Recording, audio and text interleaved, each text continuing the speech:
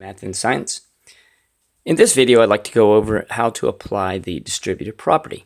And you encountered the distributive property quite a bit in algebra class. The distributive property tells you how to solve problems such as this. And look, you have A times, in parentheses, B plus C. So the distributive property is sometimes called the distributive law of multiplication and division. So it helps you when you're simplifying what you do with a situation such as this and variations of this. So let's go over the steps, then I'll work a couple example problems. First, you multiply the number of the variable outside the parentheses times the first term inside the parentheses. Second, you keep the signs inside the parentheses, so don't do anything with the signs. Then you multiply the variable outside the parentheses times the second term, and then you combine all like terms. And when you combine all like terms, they must be identical.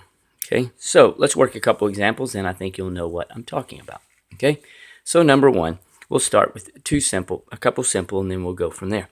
So rule number one, we multiply what's on the outside by the inside, so we have 10 times r, so we have 10r, and then we go 10 times 7, keep the sign the same, so that would be 70. And notice that we cannot combine anything because this is 10r. We can't combine it with just 70. Okay, simple enough. The next one we distribute on the outside, so we have f4, and if you'd like, you could rewrite that as 4f plus 9f, and so I'm going to keep it consistent. So I'll switch this to 9f. And then we can combine like terms. We have 4f plus 9f, and that is 13f. Okay? And let's work another one. We have 8q times 3, so that is 24q plus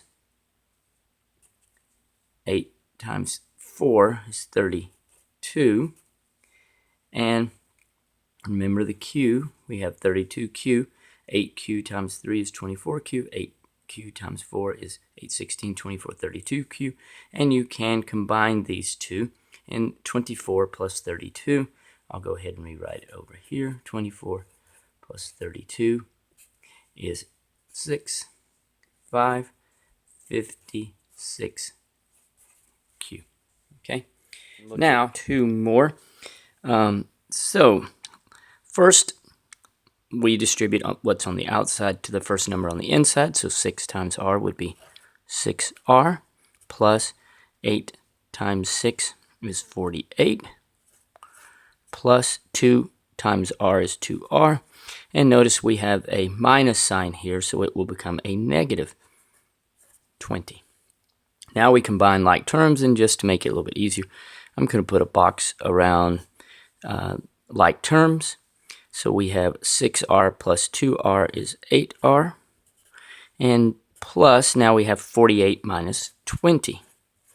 And I'll write it out over here. So that becomes 28. Now it is still positive because 48 is larger than the negative number, so it is 28. And finally, our last one, this one, we're beginning, as you can see, you're getting more terms. 3 times n is 3n, plus 3 times 3 is 9, plus 4n. We don't do anything with that.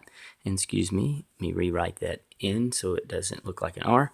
Plus 9 times 2 is 18n, plus 9 times 5 is 45. So I'm going to underline like terms this time. So I'm going to rewrite it. We have 3n plus 4n plus 18n. So that gives us 8 times 4 is 12 plus 3 is 5. Carry the 1, that will be, oh, what is that? That's not right.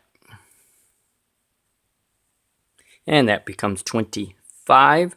So we have 25n plus 9 plus 45. So I'll rewrite that right over here. 45 plus 9.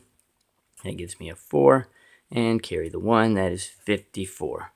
So it becomes 25n plus 54. Okay? Thanks for watching, and Moo Moo Math uploads a new math and science video every day. Please subscribe and share.